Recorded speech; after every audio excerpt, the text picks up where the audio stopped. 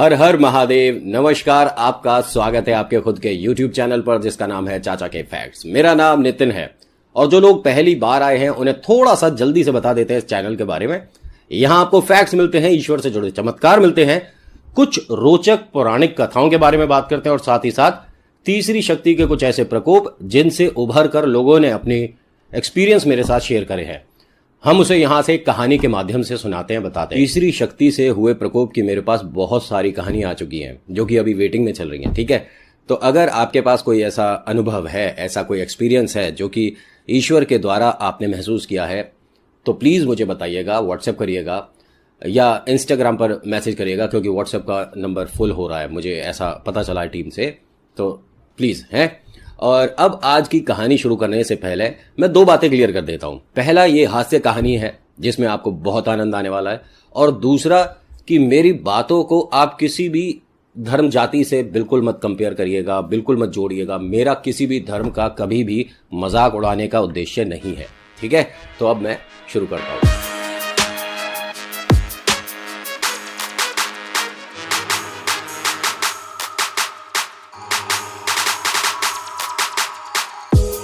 अच्छा, यह कहानी शुरू करने से पहले आपको भागवत कथा के बारे में एक बात बता देता हूं। कहा जाता है कि भागवत कथा कहने वाले और भागवत कथा सुनने वाले दोनों के लिए ही उसके बाद का समय सुखदायी हो जाता है। ईश्वर की उन पर असीम कृपा रहती है। उनके बहुत ऐसे काम रुके हुए, अटके हुए, बिगड़े हुए बनने लग जाते हैं, कहा जाता है। अब जरा ध्यान से सुनिएगा, ये एक पंडित जी की कहानी है। अब इन पंडित जी के बारे में फटाफट से बताता हूं कि काशी में रहते हैं और काशी में ही इन्होंने अपनी विद्या पूरी करी है और काफी अच्छी इन्हें नॉलेज है, और सबसे बड़ी इन्हें भागवत कथा करने में आनंद आता है। इनका ये मानिए कि जैसे होती है ना हर किसी की स्पेशलिटी, तो इनकी स्पेशलिटी भागवत कथा करने में है और काफी आनंद के साथ ये सुनाते हैं और हर किसी को आनंद भी आता है। अब ये सोचते हैं कि काशी से अब अपने घर के लिए प्रस्थान किया जाए। और इन पंडित जी के बारे में बताऊं आपको कि 6 फुट 2 इंच इनकी हाइट है, काफी लंबे हैं, और हट्टे कट्टे अगर ना बताएं किसी को कि ये पंडित जी हैं तो ये तो पहलवान लगे, इतनी जबरदस्त इनकी काया है, ठीक है।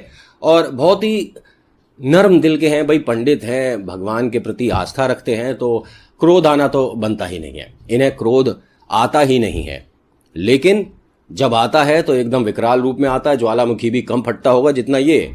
लेकिन मैं अभी आपको इनके गुस्से वाले रूप के बारे में नहीं बताऊंगा, जरा ध्यान से सुनिएगा, आनंद आएगा। और पूरी कहानी मैं वादा करता हूं नहीं बोलूंगा। लाइक शेयर सब्सक्राइब करो, ये आपके ऊपर अच्छा लगता है तो कर देना, नहीं अच्छा लगता तो नहीं करना। होता क्या है कि ये काशी से ट्रेन चल चुकी है, ठीक है, और ट्रेन में बैठे बैठे बीच में 2-4 स्टेशन के बाद मन करा पंडित जी का कि चलिए चाय पी ली जाए, थोड़ा कुछ भोजन कर लिया जाए। तो अपने झोले में से कुछ भोजन निकाला, कुछ रोटी निकाली और अपनी जेब से कुछ पैसे निकालकर चाय जो दे रहा था माँ भाई, उसे चाय के लिए पैसे देने वाले थे। जैसे ही जेब में हाथ डालकर देखा तो क्या देखते हैं कि जेब तो कट गई। पंडित जी की जेब में 1 रुपया नहीं, रुपया तो बात की बात है, पंडित जी की जेब ही नहीं, मतलब जेब में हाथ डाला तो हाथ दूसरी तरफ निकल गया, जेब कट गई पंडित जी की। अब जेब कटने की वजह से चिंता ये नहीं है कि जेब में पैसे नहीं है, चिंता ये है कि मेरी जेब में टिकट भी था, जहां इन्हें जाना है वो टिकट इनके पास था, और इस तरह से सफर करना गलत है, अपराध है। तो इन्होंने अपने भोजन को वापस से पैक करा, अपने झोले में रखा और ये उसी स्टेशन पर उतर गए। अब इन्हें ये नहीं पता कि ये एक ऐसी जगह उतर गए हैं जिसे मूर्खों के गांव के नाम से लोग जानते हैं। सब मूर्ख है, मतलब किसी से आप कुछ पूछ रहे हो वो क्या जवाब दे रहा है, इससे पता पड़ जाता है कि मूर्ख है। पंडित जी उतर गए, स्टेशन से बाहर निकलते हैं तो एक वहां पर रिक्शे वाला खड़ा था। रिक्शे वाले से पूछते हैं, भाई साहब कि यहाँ कोई मंदिर है आसपास? तो वो जवाब क्या देता है, होगा तो क्या उसे खींच के यहां ले आऊं? हाँ है, जहां है वहां पे है। पंडित जी ने कहा, इसने जवाब क्या दिया है, मंदिर को खींच के यहां ले आऊं? उसने दोबारा कहा पंडित जी ने, अरे मैं आपसे ये पूछ रहा हूं यजमान कि आसपास कोई अगर मंदिर है तो मुझे बता दीजिए, वहां के पंडित से मुझे काम है, मिलना है। उन्होंने कहा, देखिए जी ऐसा है, अब मैं मंदिर लाऊं खींच के कि पंडित जी को लाऊं खींच के? उन्होंने कहा, बस इशारे से ही बता दे कि किधर है। अब रिक्शे वाले ने कहा कि क्यों इशारे से क्यों बताऊं, मैं लेकर नहीं जा सकता? पंडित जी ने कहा, बेटा मैं वो ही कह रहा था सबसे पहले, लेकिन तुम समझे नहीं। एक काम करो, तुम मुझे लेकर मत जाओ क्योंकि मेरे पास यहां देने के लिए पैसे हैं नहीं। तो उन्होंने कहा, फ्री में तो मैं लेके ही नहीं जाऊंगा। पंडित जी ने कहा, मैंने तुमसे कहा ही कब है कि मुझे लेकर जाओ फ्री में? मैंने भी तो यही कहा है, मुझे इशारे से बता दो कि वहां है। अब ये रिक्शे वाला क्या बोलता है, अरे पंडित जी हम पूरे दिन पैसा कमाते हैं, कोई बात नहीं, मैं तुम्हें वहां तक छोड़ देता हूं, पैसे मत देना। पंडित जी ने कहा, अरे समझ ही नहीं आ रहा है कि यहां पर किसका व्यवहार कैसा है, ये क्या कर रहे हैं लोग। उसने पंडित जी को बैठाया। अभी ये लोग मंदिर पहुंचे नहीं है, रिक्शे में बैठे बैठे बोलता है कि चलिए आज का जो दिन है मेरा अच्छा जाएगा, जो बोनी है एक पंडित द्वारा होगी। पंडित जी ने कहा, एक मिनट रिक्शा यहीं रोक दो, मैंने बैठने से पहले बताया कि मेरे पास पैसे नहीं है, उसी वजह से तुमने बैठाया है, और तुमने ये कहा था कि पूरे दिन पैसा कमाता हूं, तो चलो कोई बात नहीं, आप पैसे की अब बात कर रहे हो। तो रिक्शे वाले ने कहा, तो क्या फ्री में बैठ गए तुम, पैसे तो देने पड़ेंगे। अब पंडित जी ने सोचा कि गलत जगह ही उतर गया है, यहां किसी को नहीं पता कि कौन क्या बोल रहा है, सभी मूर्ख हैं। अब पंडित जी वहां पर उतरते हैं, अपने झोले में से कुछ रोटियां और कुछ खाने का सामान देते हैं कि मेरे पास तो यही है, यही दे सकता हूं। अब उसका क्या रिप्लाई आया रिक्शे वाले का, अरे पैसा तो सभी देते हैं, आपने भोजन देकर बहुत अच्छा किया, मैं सुबह भी वैसे खाली पेट आया था, धन्यवाद आपका। पंडित जी का मन आया कि अपने बाल नौ चलाए, लेकिन फिर भी दिल पर काबू करा और मंदिर के अंदर प्रवेश करते हैं। वहां पंडित जी मिले। पंडित जी से कहते हैं कि जय श्री राम, मेरा नाम ये है, मैं काशी से आया हूं, ऐसे ऐसी समस्या हुई थी और मैं यहाँ पर पाठ वगैरह करना चाहता हूँ, मैं जानता हूँ, और सबसे बड़ी बात कि मैं भागवत कथा पढ़नी जानता हूँ। अगर आपके गांव में, जैसे इतना बड़ा गांव है, इतने सारे लोग हैं, कोई कथा कराता है तो मेरे भी चार पैसे बनेंगे, उनको भी एक अच्छा माहौल मिलेगा, उनके लिए भी शुद्धि होगी, भगवान उन पर कृपा करेंगे और मुझे जहां जाना है वहां के लिए पैसे एकत्रित करके मैं निकल पाऊंगा। अब वो पंडित जी कहते हैं, क्या कह रहे हो, हम समझे ही नहीं। इन्हें बड़ा अजीब लगा कि इतनी सारी बात बोल दी, उसके बाद पूछ रहा है कि हम समझे नहीं।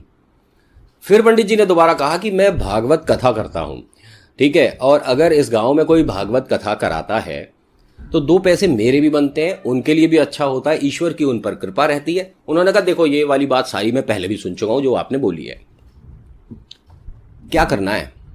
उन्होंने कहा, जी अब मैं आपको कैसे समझाऊं, अच्छा आपने कभी भागवत कथा करी है। वो कहते हैं कि नहीं, मैं तो यहां पर आकर भगवान की सेवा करता हूं। तो पंडित जी ने कहा, वो तो अच्छी बात है, आप मंदिर के पुजारी हैं, सेवा करते हैं, भागवत कथा करी है कभी। तो उसने कहा कि देखो जी ऐसा है, मेरे से उतनी बात करो जितना आपके पास ज्ञान हो। पंडित जी ने कहा, शायद मैं सच में ऐसे मूर्खों के गांव आ गया हूं जहां मेरी बात कोई समझ ही नहीं रहा है, अब मुझे इनकी बात समझ के चलना पड़ेगा। पंडित जी ने कहा, चलो कोई बात नहीं, मैं एक बार इस गांव का चक्कर लगा लेता हूं। उन्होंने कहा, चक्कर लगाओगे तो गिर जाओगे, चक्कर आ जाएंगे। पंडित जी ने कहा, अरे तुम सब एक जैसे ही हो क्या, अरे चक्कर का मतलब ये थोड़ी ना कि मैं गोल गोल ऐसे घूम घूम के पूरे गांव का चक्कर लगाऊंगा, अरे मैं ऐसे जाके ऐसे घूम के वापस इसी मंदिर आ जाऊंगा। तो उन्होंने कहा, मंदिर क्यों आओगे। कह रहे, अरे आपसे मिलने हैं। तो वो पंडित जी कहते हैं मंदिर के, हम मिल तो रहे हैं।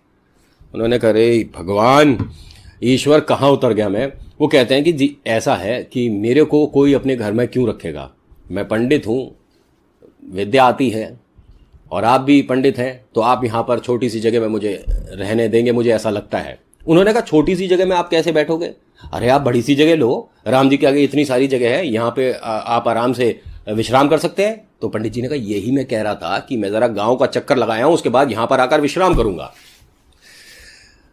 तो ये पंडित जी कहते हैं, अरे आप जब जाओगे, घूमोगे, थक जाओगे, तब विश्राम करोगे, पहले विश्राम कर लो फिर घूम लो। ये क्या कर रहे हैं ये लोग, ये कहां से आ गए हैं और मैं कहां आ गया हूं। पंडित जी बड़े परेशान हैं। तो कहते हैं, अच्छा यहां कोई ऐसा विद्वान है जो कि भगवान के प्रति बहुत आस्था रखता हो, मुझे उससे कुछ बात करनी है। पंडित जी कहते हैं, मुझसे ज्यादा विद्वान कौन है, अगर कोई और होता तो मंदिर में वो होता, मैं नहीं होता, है ना, मैं हूं विद्वान। उन्होंने कहा, आपको भागवत कथा के बारे में ही नहीं पता, आप विद्वान कैसे हो सकते हैं। ये मंदिर के पंडित जी ने कहा, अच्छा ये भागवत दिखने में कैसा है, कहाँ रहता है। पंडित जी ने हाथ जोड़े जो काशी वाले हैं कि आप रहने दो, ज्यादा जोर मत लगाओ, कोई बात नहीं, मैं जरा गांव का चक्कर लगाया आता हूं। अब ये पंडित जी बड़े मन को कसोटते हुए पहुंच रहे हैं हर किसी के पास और उससे बात कर रहे हैं। तो जवाब देखिए, दो बच्चे खेल रहे हैं, उनसे पूछते हैं कि बेटा यहां पर कहीं चाय मिलेगी।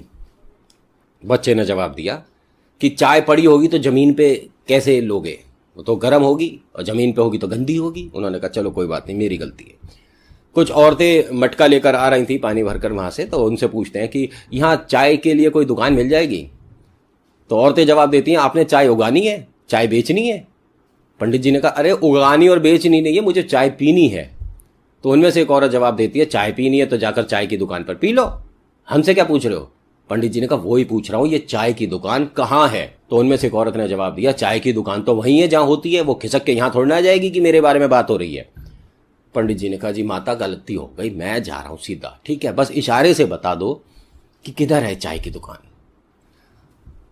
उनमें से एक औरत बोलती है कि हम इशारे से क्यों बताएं, हम लेकर चलते हैं। पंडित जी गलती उतर गई है, सच में उसी ट्रेन में बैठे रहते, वो टिकट ना होने का दंड दे देते और कहीं उतर जाते, ज़्यादा सही था, ये यहाँ गलत उतर गए। पंडित जी को अपने साथ लेकर जाती हैं चाय की दुकान पर। पंडित जी कहते हैं ज़रा एक कप चाय दे दीजिए। तो उसका जवाब सुनिए, वो कहता है अगर आप अकेले हैं तो एक ही कप दूंगा, 2 कप तो दूंगा नहीं। पंडित जी ने कहा गलती हो गई, ये जो 1 कप चाय है ये मुझे दे दो, मुझे भोजन करना है, चाय पीनी है। रोटी के साथ चाय लोगे? उन्होंने कहा रोटी के साथ तो दही चलती है, सब्जी चलती है, चाय तो नहीं चलती। कह रहे मैं तुम्हारा ग्राहक हूं, मैं पैसे दे रहा हूं, आपसे सामान ले रहा हूं, अरे मुझे रोटी खानी है, चाय से खानी है, तुम्हें क्या दिक्कत है? अब उसने कहा कि दिक्कत तो मुझे कोई नहीं है, चाय के पैसे दोगे? उन्होंने कहा बिल्कुल देंगे, पहले पैसे ले लो। पंडित जी ने पैसे जैसे ही दिए उसने कहा कि पहले पैसे क्यों दे रहे हो, बाद में पैसे लूंगा मैं तो, जैसी आपकी इच्छा प्रभु, चाय तो पिलाओ। उसने कहा ठीक है। उसने पंडित जी को कुछ पैसे दिए। पंडित जी ने कहा मुझे पैसे क्यों दे रहे हो, मुझे पैसों की जरूरत नहीं है, आप चाय पिला दो। उसने कहा एक काम करो, सामने से जाके दूध ले आओ। पंडित जी को आया गुस्सा कि ये मैं कर क्या रहा हूं, मैं चाय मतलब अब इसके लिए सामान ले आऊं।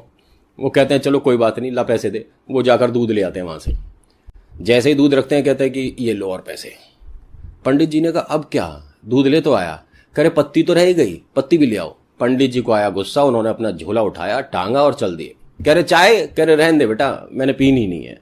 उन्होंने गुस्से में सूखी रोटी खानी शुरू कर दी चलते चलते। अब हर किसी से पूछ रहे हैं कि आपने भागवत कथा करानी है? नहीं। आपने भागवत करानी है? नहीं। आपने भागवत करानी है? हर किसी से यही जवाब आ रहा है। और जवाब तो ऐसे ऐसे भी आ रहे हैं कि भागवत करानी है? नहीं जी, हमने परसों ही पुताई कराई है, अब हमें कुछ नहीं कराना है।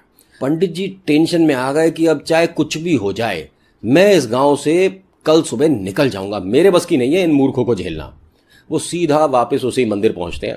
पंडित जी से कहते हैं हाथ जोड़कर कि सच में आप यहाँ रह रहे हो, आप में बहुत हिम्मत है, मेरे बस की तो नहीं है। एक ही दिन में मेरा तो इन्होंने ये हाल कर दिया कि बस मैं अपने बाल नहीं नोच रहा हूं।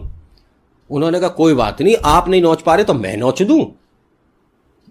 पंडित जी ने कहा जो काशी वाले, अरे ये एक कहावत है कि परेशान था मैंने बाल नोच। आप एक काम करिए, मुझे कोई जगह बता दीजिए जहां मैं बैठ के थोड़ा विश्राम कर लूं। मंदिर वाले पंडित जी कहते हैं विश्राम तो कहीं भी हो जाएगा, आप यहीं बैठ जाओ जहां खड़े हो, कौन रोकेगा आपको, मैं देखता हूं, मैं आपके साथ हूं। काशी वाले पंडित जी ने उनकी बात का कोई जवाब नहीं दिया, एक कोने में जाकर बैठ गए, अपने आसन लगाया थोड़ा और वहां बैठ गए। और राम जी से कह रहे हैं कि राम जी ये कहाँ उतर गया मैं, गलती हो गई मेरे से, सच में जिंदगी की सबसे बड़ी गलती है कि मैं ट्रेन से यहां पहुंचा हूं। ये लोग अनोखे हैं, मूर्ख नहीं है, ये 10 कदम आगे हैं। मूर्ख तो हम हैं जो कि हम यहां उतर गए। तभी वो पंडित जी आते हैं कि आप चाहते क्या हो मुझे बताओ। जो मंदिर वाले पंडित जी हैं उन्होंने कहा मैं विस्तार से बता चुका हूं, अब क्या उसे दोबारा बताऊं? फिर भी सुन लो, मैं ये चाहता हूं कि यहां पर लोग कोई ऐसा जो कि भागवत कथा कराए, 2 पैसे मेरे पास बनेंगे, मैं टिकट खरीदूंगा और मैं यहां से चला जाऊंगा। बस मुझे कोई यहां पर रहकर बहुत सारा धन इकट्ठा करके कोई मकान या कुछ नहीं करना है, मुझे बस यहां से जाना है। और मैं मांगता नहीं हूं, मुझे ये चीजें अच्छी नहीं लगती कि मैं हर किसी से जाकर कुछ पैसों की मदद मांगूं, मैं ऐसा नहीं हूं। मैं बस ये चाहता हूं कि कोई भागवत कथा कराए, मुझे भी आनंद मिले, उन्हें भी आनंद मिले और उनका जीवन खुशियों से भर जाए। उन्होंने कहा देखो जी, बाकी किसी की हिम्मत तो है नहीं, हमारे गांव के जो प्रधान हैं वो करा सकते हैं भागवत। उन्होंने कहा बहुत बढ़िया बात है, करा सकते हैं, चलो चलो। तो इन पंडित जी ने कहा अभी थोड़ी ना, अभी तो प्रधान जी घर पर आराम कर रहे होंगे, कल जाएंगे। उन्होंने कहा चलो ठीक है, अब ये विश्राम कर रहे हैं। सुबह होती है तो सुबह सुबह वो पंडित जी जो मंदिर वाले हैं वो काशी वाले पंडित जी को कहते हैं कि चलिए बात करके आते हैं प्रधान से। उन्होंने कहा चलो। अब ये दोनों जा रहे हैं प्रधान जी के घर। प्रधान जी के घर जाकर कहते हैं कि ये पंडित जी हैं, काशी से आए हैं, ये भागवत करना चाहते हैं आपके यहाँ। प्रधान जी ने कहा कि मुझे क्या फ़ायदा होगा, जो करेंगे ये करेंगे, मुझे क्या, मैं ऐसे काम नहीं करता जिसमें मुझे फ़ायदा ना हो। प्रधान मना कर देते हैं कि नहीं जी मुझे कुछ नहीं करानी। मैंने भी अभी घर में वो पेंट वगैरह कराया है, नया मार्बल बिछवाया है, फर्श बिछवाया है, मैं घर में कुछ नहीं कराऊंगा। प्रधान जी कहते हैं क्या है भागवत, हम क्यों कराएं, हम तो नहीं कराते, हमें देखनी नहीं है भागवत। अब बच्चों ने सुन लिया, बच्चों को तो एक बार कोई चीज बस पता पड़ जाए उसके बाद तो उनकी जिद है वो पूरी होनी चाहिए। बच्चों ने सुन लिया और बच्चों ने हल्ला मचा दिया। घर में सब बच्चे एक मतलब ये मानिए विकराल रूप ले लिए कि भैया हमने तो भागवत देखनी है, जरूर देखनी है और बिल्कुल देखेंगे, और बिना भागवत देखे हम इन्हें नहीं जान देंगे। अब काशी वाले पंडित जी बोलते हैं कि शायद ये बच्चों की वजह से ही करा लें, बच्चे भगवान का रूप होते हैं और देखिए कितनी जिद कर रहे हैं। उन्हें नहीं पता कि मूर्खों के गांव में बच्चे भी मूर्ख ही हैं। हमने भागवत देखनी है, हमने भागवत देखनी है, भागवत दिखाओ, हमें करके दिखाओ, भागवत यहीं करो, हमारे सामने करो, हम भी देखेंगे। अब काशी वाले पंडित जी ने कहा बेटा ऐसे नहीं होती भागवत, थोड़ा इंतजार करना पड़ता है फिर शुरू होती है, ऐसे नहीं, थोड़ा इंतजार करो। अब प्रधान जी कहते हैं जब बच्चे जिद कर रहे हैं चल दिखा दे, कर। उन्होंने कहा मतलब आपका हाँ है कि मैं भागवत करूं? उन्होंने बिल्कुल कर, चलो शुरू हो जाओ। उन्हें ऐसे शुरू थोड़ा ना होते हैं, रुक जाओ भी, मैं बाहर करनी है या भागवत अंदर करनी है? तो उन्होंने कहा नहीं अंदर नहीं, बाहर बैठो, बाहर बरांडा है इतना बड़ा चबूतरा है, वहां बैठ के कर लो, वहां भागवत शुरू होगी। अब पंडित जी ने कहा चलिए ठीक है यजमान मैं बाहर हूं और आइए आप भी आइए। उन्होंने कहा हाँ चलो आ रहे हैं। अब बाहर पंडित जी ने उस चबूतरे पे, वो जो बहुत बड़ा चबूतरा था, उस पर कपड़ा बिछाया, भगवान की तस्वीर रखी, बैठकर साफ सफाई करी। और जब ये सब काम कर रहे थे तो प्रधान के घर पर जब ये सब हो रहा था तो 20-25 लोग भी इकट्ठे हो गए, 10-12 बच्चे भी इकट्ठे हो गए। आगे बैठ गए बच्चे, पीछे बैठ गए बड़े लोग, उनके पीछे महिलाएं बैठ गईं, कुछ बुजुर्ग बैठ गए। तो ऐसे करते करते करते करते तकरीबन 100-150 लोग बैठ गए। अब इसे बड़ा आनंद आ रहा है कि काशी में भी इतने लोग एकदम से एकत्रित नहीं हुए थे जितने यहां हुए हैं। तो आज मैं भागवत इतनी मजेदार तरीके से इन सबको सुनाऊंगा कि इन्हें जिंदगी भर याद रहेगा। पंडित जी शुरू करते हैं। जब भागवत शुरू करते हैं तो देखते हैं सब लोग उन्हें ऐसे देख रहे हैं, भाई ना कोई मुस्कुरा रहा, ना कोई जय कर रहा, ना कोई कुछ, मतलब कोई रिस्पॉन्स ही नहीं किसी का किसी तरफ से। बच्चे देख रहे हैं, बच्चे जमीन पे लेट गए, कोई बच्चा खुजा रहा है, कोई आदमी पीछे बैठा हुआ है, वो उधर इधर उधर देख रहा, चिड़िया, कौवे, कबूतर, मोर, ये सब देखे जा रहे हैं। अरे कोई इंटरेस्ट ही नहीं ले रहा। अब पंडित जी ने सोचा ये हो क्या रहा है। तकरीबन 15-20 मिनट हुए। प्रधान आता है, कहते हैं कि हाँ मैं खाना वाना खा रहा हूं, तू करता रहे। उन्हें बड़ा अजीब लग रहा है कि ये इस तरह से भागवत कैसे, मतलब पहली बार कर रहा हूं, इतने सारे लोग हैं लेकिन आनंद नहीं आ रहा है। अब वो प्रधान अंदर से खाना खाकर आते हैं, देखते हैं अरे ये तो मेरी जगह बैठ गया, यहां तो मैं खाना खाकर सोता हूं। प्रधान जी इधर उधर होते हुए गए। अब ये काशी वाले पंडित जी और भगवान के बीच में जो जगह थी, चबूतरा था, वो वहां लेट गया बीच में, प्रधान बीच में। और लेटते के साथ ही 5 मिनट बाद खुर्राटे भरने लगा। वो जी पंडित जी को आया गुस्सा कि ये तो बीच में लेट गया, और दूसरी बात तो ये कि ये तो यजमान है, मतलब भागवत के बाद तो पैसे यही देगा, और ये तो यहां बीच में सो रहा है। पीछे से आवाज आती है, हमने अंग्रेजी में सुना है इसे स्लीप टॉक कहते हैं। ये क्या है स्लीप टॉक? पंडित जी ने जगाने की कोशिश करी, प्रधान नहीं जगा। फिर जगाने की कोशिश करी, फिर नहीं जगा। और प्रधान को ये एक गलत आदत थी कि जैसे ही कोई जगाएगा उसके बाद, मतलब बिना मन से अगर कोई उसे जगा दे तो भैया इतना क्रोधित हो जाता है कि ज्वालामुखी फट जाता है। अब लगे पड़े काशी वाले पंडित जी, उठिए उठिए यजमान, उठिए उठिए उठिए उठिए। नहीं समझ रहा, उसने उठना ही नहीं है। वो उठा एकदम, प्रधान गुस्से में, क्या है हैं? किसने उठाया? तो उसने काशी वाले ने कही मैंने उठाया था, उठ जाइए यजमान। कहा तूने उठाया? तेरी है आप, पटाक। ओ जी जैसे ही ये काशी वाले पंडित जी के लगा हाथ, उन्होंने कहा अब चाहे भागवत हो या ना हो, तेरा मोर बना दूंगा अब मैं, क्योंकि भैया हट्टे कट्टे हैं जी, सेहत आप जानते ही हैं, पहलवान से कम नहीं है। उन्होंने दिया खींच के एक जोरदार हाथ प्रधान के मुंह पर। प्रधान जी को चांद तारे नजर आ गए कि अच्छा 100 लोगों के सामने प्रधान पर हाथ उठा रहा ले। अब प्रधान भी उन पर अटैक कर गया, मतलब दोनों में गुत्थम गुत्ता हो गई, बाल वाल नोच लिए, कपड़े वपड़े फटने शुरू, और ये गुत्थम गुत्ता में धूल वूल उठनी शुरू हो गई। दोनों लड़खड़ा के अपना वो जो उनका चबूतरा था उससे नीचे आए, बाहर गिरे, और सबने ताली बजानी शुरू कर दी। अरे भागवत शुरू हो गई, सब लोग इकट्ठे हो जाओ, भागवत शुरू हो गई, भागवत शुरू हो गई। बच्चे हंसे, अरे वाह वाह वाह वाह वाह, ऐसी भागवत होती है, अरे ये है भागवत, क्या बात है, मजा आ रहा है। पंडित जी को नहीं पता बाहर क्या बात हो रही है, वो बस लगे पड़े हैं प्रधान को, देख घूसे, दे लात, देख कोनी। अब वो भी पूरी जोरों पर है प्रधान कि भाई यहाँ नाक कट जाएगी इतने सारे लोगों के सामने। वो भी अपनी पूरी पूरी मतलब गुस्से में और पूरी पूरी जोर के साथ पंडित जी पे टूट पड़े हैं। दोनों में गुत्थम गुत्ता और घूसे चल रहे हैं, लात चल रही है, दोनों कीचड़ में लोटपोट हो रहे हैं। और भाई साहब बच्चों को बहुत मजा आ रहा है। पूरे गांव में हल्ला मच गया कि प्रधान के जो भागवत चल रही है बहुत मजा आ रहा है, जल्दी आओ देखो। हर कोई तालियां बजा रहा है। क्या भागवत है, क्या भागवत है, मजा आ गया, ऐसी भागवत होती है, ओहो क्या जबरदस्त भागवत है, ऐसी भागवत जिंदगी में कभी नहीं देखी, क्या भागवत हो रही है, बहुत मजा आ रहा है इस भागवत में। तो पंडित जी और वो लड़ते लड़ते लड़ते लड़ते लड़ते लड़ते हौदी में गिर गए। यहां जो पंडित हैं, जो काशी वाले पंडित हैं, उन्होंने उस प्रधान का ये मानिए मोर बना दिया। उसकी हालत है, और पंडित जी उसके ऊपर बैठे हुए हैं अब हौदी में, और वो काफी गहरी है, मुंह पहुंचते हैं। अब बता। तो उसने उसे देखा, भाई साहब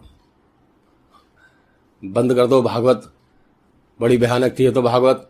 मैंने कहा मतलब?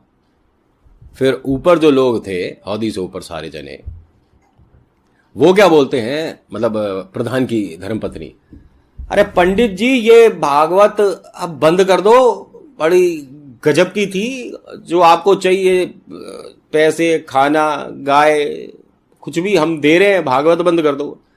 पंडित जी ने दूसरी तरफ देखा, वहां लोग तालियां बजाते हैं। ये तो हमारे प्रधान की हिम्मत है जो कि भागवत झेल गए। अच्छा है कहीं और हम में से किसी ने नहीं कराई, हमसे नहीं झेलती भागवत ये वाली, तो बड़ी जोरदार भागवत है, बड़ी बलशाली भागवत है, इसके लिए तो बहुत हिम्मत चाहिए कि हर कोई करा ही नहीं सकता है। पंडित जी ने कहा मूर्खों की समझ नहीं आ रही है।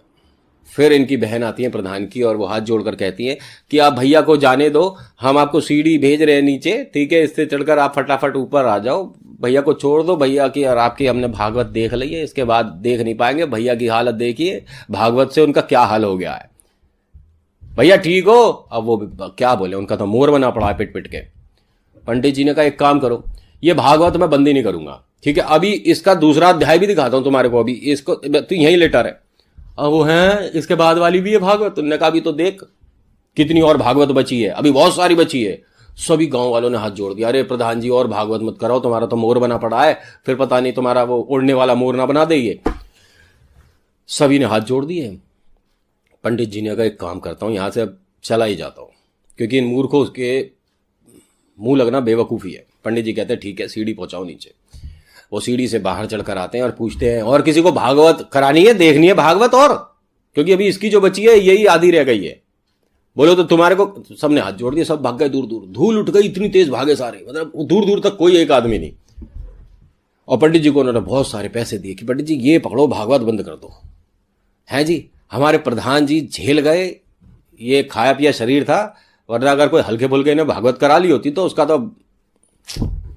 पंडित जी ने लिए पैसे, टांगा झोला, अपना सामान समेटा और वो वहां से चले गए। उसके बाद से इनमें से किसी की हिम्मत नहीं हुई दोबारा भागवत कराने की। और वो पंडित जी कहते हैं चलते चलते, अपना टिकट खरीद कर जब ट्रेन में बैठे थे, अरे राम जी कैसे कैसे मूर्खों पर कैसी कैसी कृपा है, इन मूर्खों पर भी अपनी कृपा बनाए रखना, क्योंकि इन्हें सच में नहीं पता ये क्या बोल रहे हैं और ये क्या कर रहे हैं। मैं गया तो इनका उद्धार करने था, लेकिन देखो क्या हो गया। तो खैर आज की कहानी में इतना ही। आज की आपको कहानी कैसी लगी मुझे बताइएगा जरूर। अच्छी लगी तो लाइक शेयर कमेंट जरूर करिएगा। मेरा नाम नितिन है। वीडियो देखने के लिए शुक्रिया। मुलाकात करूंगा आपसे एक अगली वीडियो में। धन्यवाद।